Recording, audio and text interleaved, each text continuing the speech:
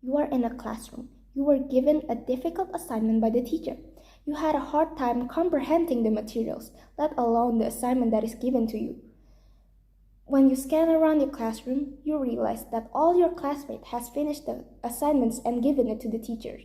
You go up to the teachers and ask them, "Excuse me, teacher, can you explain the material again? I still don't understand." The teachers looked at you, scoffs, berates you for not paying attention to their class, and gives you a bad grade. The next week, they just move on to the next material, and you ponder to yourself, is it just better to study on my own, to watch YouTube tutorial? And by the end, when you finally comprehend the new materials, all your other classmates has already moved on to the next one. By defining today's motion, we can conclude that the topic in question is about abolishment, to officially stop something, comprehensivity, the ability to do something successful, intelligence, having a good understanding or mental capacity to do something. And then the main topic of this discussion, primary school, a school for children from the age of 5 to 9 years. Middle school, a school intermediate between elementary school and high school, typically for children in the 6th, 7th, and 8th grade. By definition alone, primary and middle school is indebted in our society. The school system is based on age of children. And I would like to disagree with that. It is a well-known fact that not all children learn at the same pace. Some children may be slower learners and may take some time to understand certain concepts, while others may be faster to learn and may grasp the concept more easily.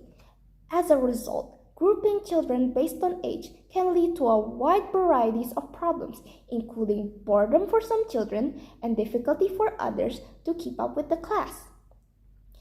The current school system can often lead to a one-size-fits-all approach to education, which can be limiting for children who may have strengths in certain areas and weakness in others.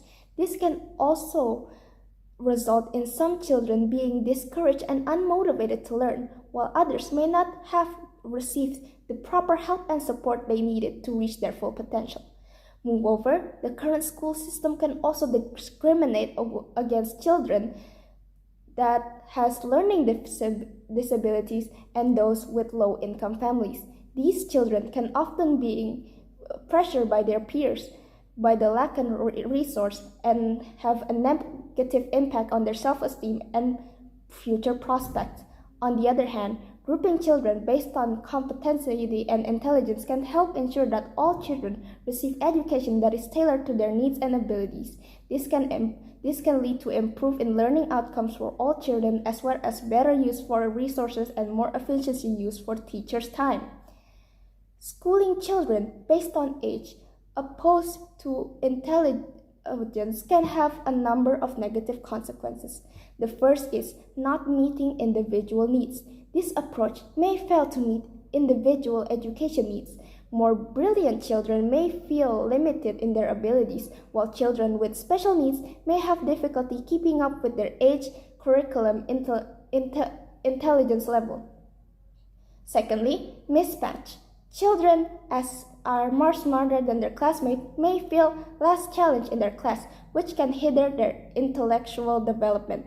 And then thirdly, we have stigma and stress. Children who are below average intelligence in their age may experience stigma and stress due to the feeling of being left out, which can affect their self-esteem and motivation to learn.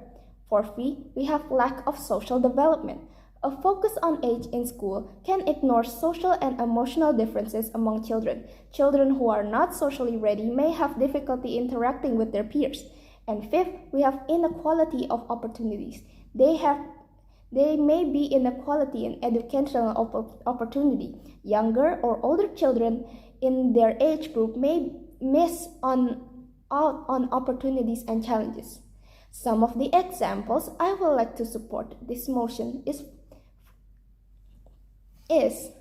the case of Age-Mixed Classrooms by Michael Barber and Educational Psychology in Practice, 2010. These articles argue that mixing children of different ages in classroom can lead them to a positive outcome for both younger and older kids. This highlights the benefits of age-mixed classrooms, such as improving social emotional skills, and increasing academic achievement. The next one is the case against age-based grading, a research review by Linda Darling Harmon on Common Ground magazine 2019. This article provides an overview in the research on one age-based grading to make the case for complementary-based grade. It argued that regarding based on limited studies potentially to lead a negative outcome. On the other hand, grouping children based on comprehension and intelligence can also lead to. The first one is personalized learning. Abolishing age-based grouping allows for a more personalized education. Children can process at their own pace, ensuring that they are not held back or rushed to their age. Secondly, efficient use of resource. Tailoring education to individual comprehension and intelligence can lead to a more efficient resource allocation.